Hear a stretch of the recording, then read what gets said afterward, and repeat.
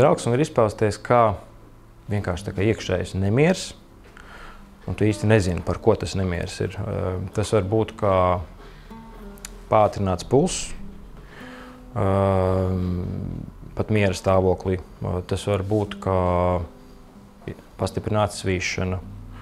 Tas var arī būt kā, teiksim, vēdera izejas traucējumi. Teiksim, kā man, kā es sajūtu, kad man ir bišķiņ kā trauksme, tas ir, ka es savelkos. Un, teiksim, tad jūtu, ka pleci savilktāki. No pleciem tālāk tas uz galvu var aiziet. Nu, tā tad mēs varam sūdzēties arī par šīm te muguras sāpēm, galvas sāpēm. Un arī vēl viens būtisks tā kā nemiera trauksmes simptoms varētu būt miega traucējumi.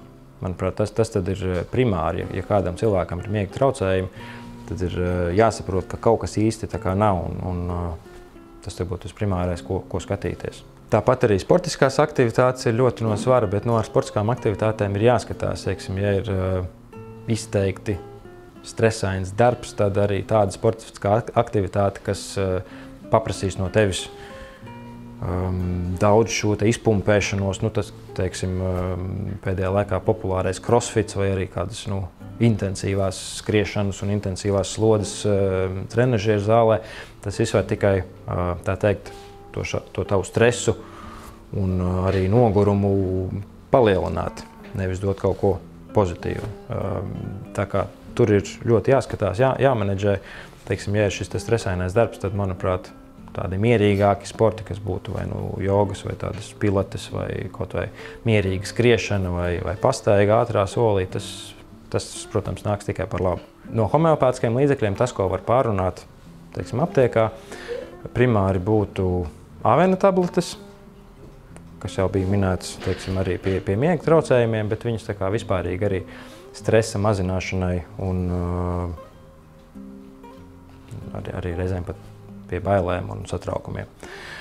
Tad būtu arī melises kompleksie pilieni, kur ir papildus vilkābele, kas vairāk arī, teiksim, būtu šie te sirds simptomi, sirdsklauves, aritmijas, kas izpaužās, teiksim, kas ir tieši, kam iemesls ir satraukums.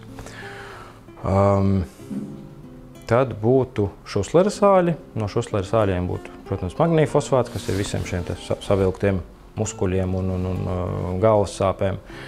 Arī kālija fosfāts, kas ir tā kā aktīvākam prātam